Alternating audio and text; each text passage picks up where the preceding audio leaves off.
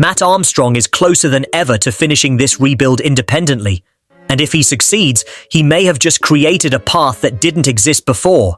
A path where hypercars, even Bugattis, can be repaired outside the manufacturer. And that changes everything.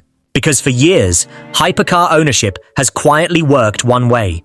If something breaks, you go back to the manufacturer. If you need parts, you go back to the manufacturer. If you want approval, validation, or access, you go back to the manufacturer. But now, owners are watching something different happen. Parts are being sourced through independent networks. Components are being studied, rebuilt, and understood outside the factory. And in the process, something may have been exposed that Bugatti never wanted public. Hypercars are so complex that owners depend entirely on the manufacturer to keep them alive. And if only Bugatti can approve repairs, then true ownership starts to become questionable. This rebuild isn't just fixing a car anymore. It might be quietly rewriting what ownership actually means. And in this video, we're going to break down exactly how this one rebuild could open a door the industry has kept closed for decades. If you're into deep dive investigations, the real stories behind hypercar rebuilds, not just the surface highlights, drop a like and subscribe. Because what's happening here goes way beyond one car, and we're just getting started. Here's what most people missed when this rebuild started. Everyone assumed this was a wrenching project. Buy a wrecked hypercar, fix it, drive it, post the results online. But that's not what's actually happening. When you look closely at what Matt has been doing, how parts have been tracked down, how systems have been understood, how decisions have been made without a factory engineer in the room, you start to realize something much bigger is unfolding. Because hypercars don't come with service manuals the way your pickup truck does. There's no independent repair shop you call. There's no aftermarket support infrastructure waiting for you. When a Bugatti Veyron or Chiron is damaged, the expectation from the factory is clear. You bring it to us. We handle it. You pay the bill. That system has worked for decades because there was no alternative. Until now. If Matt finishes this rebuild independently, truly independently, without the factory's blessing, without their technicians, without their proprietary diagnostic equipment, he will have done something that has never been documented at this level on a car this complex. He will have proven it's possible. And once something is proven possible, it becomes a roadmap. Future builders, future owners, future independent specialists will point to this project and say, someone already figured it out. The documentation is there. The problems were solved. The path exists. That's not just a rebuild, that's a precedent. The expectation was that this was about one car. The reality is that it might be about every car like it that comes after. But here's the thing, nobody is talking about enough yet. And it could be the biggest shift of all. Because it's not just about whether the car gets fixed. It's about what had to be created in order to fix it. Think about what it actually takes to source parts for a Bugatti outside of official channels. This isn't like ordering a water pump for a Honda.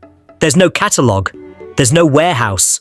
There's no third-party supplier openly advertising Bugatti Veyron components online. So where do the parts come from? They come from donors, from other wrecked cars, from specialist dismantlers in Europe who operate in a grey zone between official and unofficial, from private collectors who parted out cars quietly, from engineers who once worked on these cars and know where components end up. In other words, from a network that technically already exists but has never been fully surfaced or acknowledged. And that's the exposure that matters here.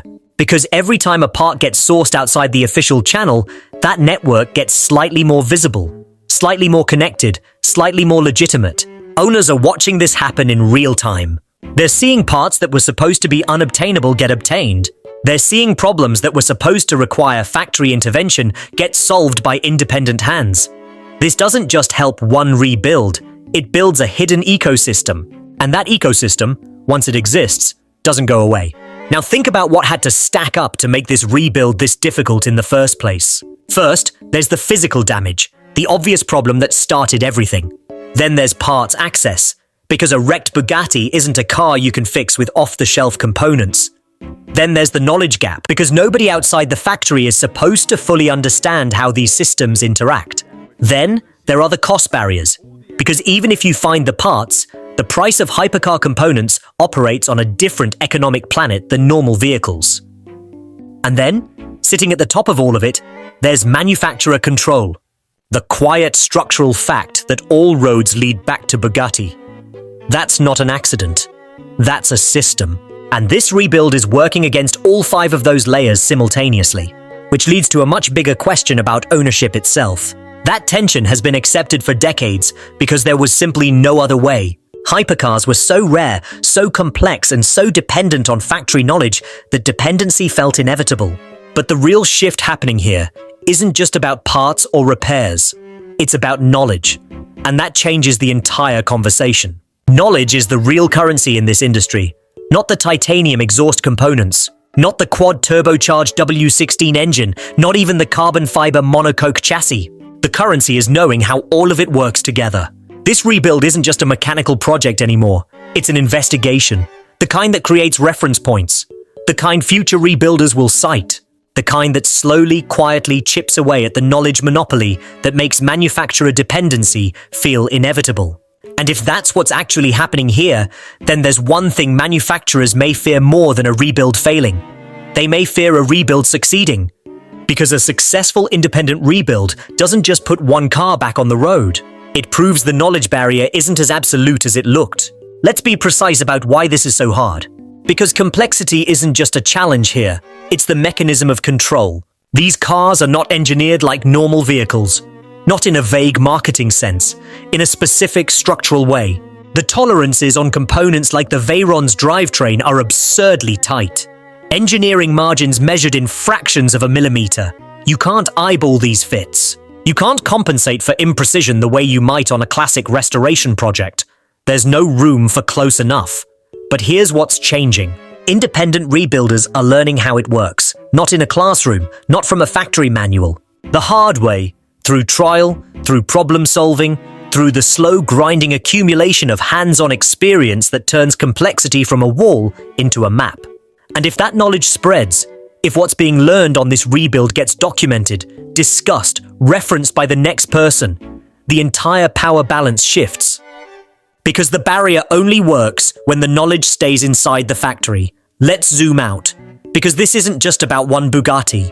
If this rebuild succeeds, genuinely succeeds independently, it sets something in motion that can't easily be reversed. And something bigger is already happening.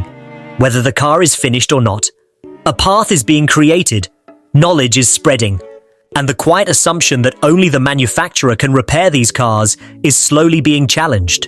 In public, in real time, with documentation that didn't exist a year ago. If this rebuild succeeds independently, it won't just put one Bugatti back on the road. It may prove that true ownership doesn't have to stop at the factory gates. That a car you paid for, titled, and stored in your garage can actually be yours, not just legally, but practically.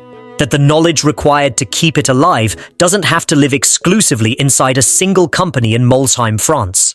That the dependency model, the quiet, structural, industry-wide assumption that has governed hypercar ownership for decades, isn't a law of nature. It's just what nobody had seriously challenged yet. The parts are being fitted, the systems are being understood. And somewhere in that garage, the most consequential question in hypercar ownership is still being answered. When that engine starts, that's when the real shift begins.